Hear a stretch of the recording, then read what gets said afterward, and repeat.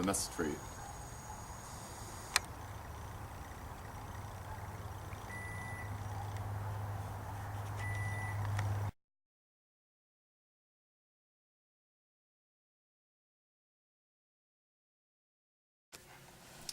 Alright, trouble making videos? Just thinking about Paul.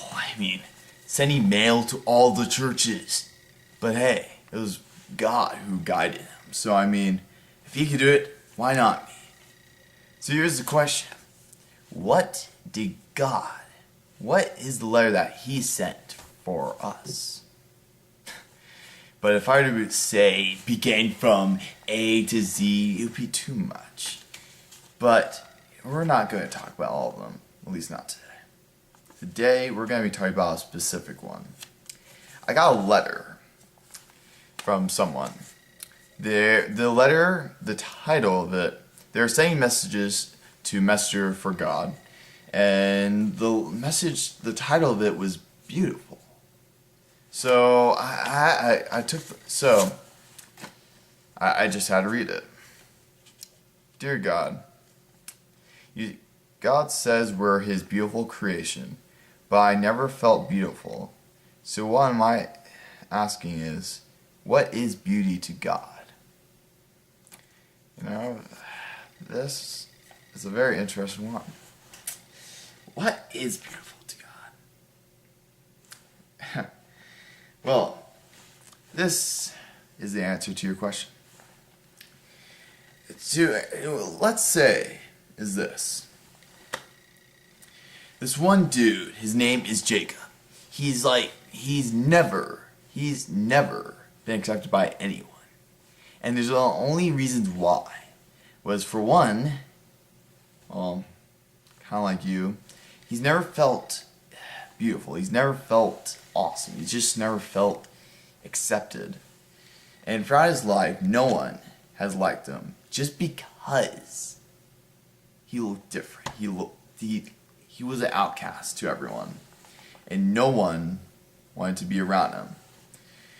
So one day, as he's just going by school, not caring about anyone, because sadly no one has cared about him, he just sadly has learned to accept this.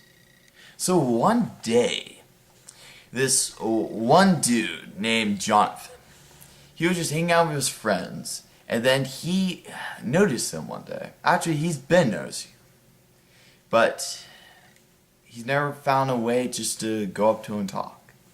So one day, Jacob was getting bullied, and people were just making fun of him, just for a random sake. They were just saying he was ugly. You shouldn't even be here. You're just stupid. No one would ever date you. Jonathan, after halfway done with the insults, he came over and then he said, "Dudes, just stop it. Just leave him. Just leave him. You're wrong anyways. Just go." But since he was respected, they listened to him. Jacob, again, was surprised because no one has ever stood up for him. And, well, if that was your first time, what would you think? What would your reaction be? I know his reaction. He was surprised, but yet shocked, because no one has ever done that for him. Not even his parents has. So, right before Jonathan could say something to him, he already ran, because he didn't know how to handle it. So during lunch the next day, when Jacob was eating alone, Jonathan came to him, and then he was like, "Dude, did someone dare you to come over?" But Jonathan, he just smiles and he's like, "Nope, just want to hang with you." And he was just like, "Okay, so really though, who sent you?" And he's like, "Well, if you really want to know, I'd have to say God." Jacob laughs and he's like, "Really? Best thing you could come up with?" Yeah. So Jonathan, he just smiles and kind of laughs. And Jacob's just kind of wondering, what's he laughing about? So he just like starting to talk to him, just like trying to get to him. And after that, they became friends like right away. A few months later, Jacob sees this girl that he liked since the first grade, and he's like a junior right now. And he absolutely cares about her. But since she's the most popular girl in school, all the guys are going after her. And from him looking at all the other guys, he just doesn't think he's worth going after at all, so he doesn't even try. So one day, Jonathan goes over and he's just like, hey dude, so, are you gonna ask her to the Valentine's Day dance? And then Jacob's just like, dude, you're my friend. Why would you even suggest something as stupid as that? And then Jonathan's like, dude, how could that be stupid? I mean, you have a better chance than any of the other guys that are trying to go out with her. And then Jacob laughs hysterically and then says, dude, have you looked at my face? How am I even worth going to? You've known me for months now, for weeks, whatever, and you've seen me. How am I worth it? How am I even a piece of the other guys that are going after her? Why? Why do you even suggest that? You just ruined my day. And then Jonathan, he just smiles at him and then says, why do you think you're not worth it? Why do you think you're not as good as them? Jacob sarcastically says, well, mainly because I'm ugly. I am terrible. I'm worth nothing. And before he gets finished that, Jonathan steps in to say, dude, that is totally wrong. You are totally worth it, and you are a great dude. So who cares what they think? Who cares about the guys that said you were ugly? Because this is the thing. If they're willing to say that to you, then I doubt they're beautiful on the inside. Because if you're beautiful on the inside, that will reflect what's in outside. So dude, and if you look at them, they have only showed ugliness. So how ugly they are in the heart. But you have not shown that at all. You've been so awesome, not just to me, but you've been a great dude. And if anyone got to know you, they would say the exact same thing. You are worth getting to know. And you have a beautiful heart. It's just been fractured by so many people in saying this to you. Jacob, kind of no words to say, but of course he ends up saying, dude, how do you know that I'm even worth anything? Who says I'm worth anything? Jonathan smiles and he's like, God, man, he knows you're worth something. And well, he did create you, so he knows for a fact you are worth it. And again, Jacob smiles and is just like, dude, God wouldn't have created something as worthless as me. And then Jonathan again steps in and he's like, dude, how can you even say that about yourself? You're totally worth it. God created everything he's created is a beautiful creation. And by you saying that, you're just dissing on God. He's perfect. He makes no mistakes. You are no mistake.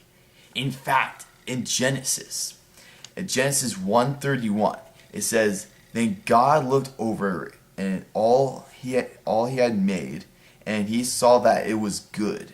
It was very good. And evening passed, and the morning came rising, and the sixth day arrived. And he did not just say, these people were made perfect, but this select group wasn't.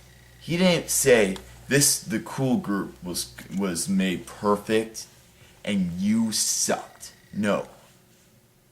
He didn't just look over the earth. He didn't just look over a select group of people. He looked over you. He looked over you and said that you were worth something. You were so worth it that God died for you. He died on the cross. He made you worth it. You are a beautiful creation. And there's nothing that anyone can say to you can make that change. So dude, if you're asking me, am I worth it? The question is a no-brainer. You are worth it. So dude, if you believe that at all, I dare you to ask out that girl. And I bet that she'll say yes. Jacob's just like speechless. He's crying. And then he says, okay, I'll ask her out.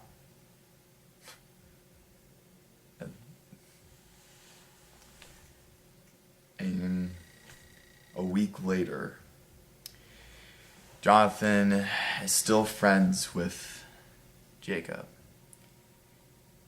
And he finally asked her out. So years later, Jonathan's in a business, and his partner, Jacob, is now married to the same girl he asked out. Because she because she believed that God made him worth it. That he was beautiful to her. So here's the question. When you see the land, when you see the amazing sunsets, when you see that beautiful artwork, and you say it's beautiful, that's what God says about you. So no matter how ugly you feel, no matter how terrible looking people make you believe, well, here's the thing. They didn't make you. God made you. And he makes no mistakes. No errors. No oops. No. He made you the way you are. So here's the question. If God makes no mistakes, then the answer to this paper, when it says, what is beauty to God?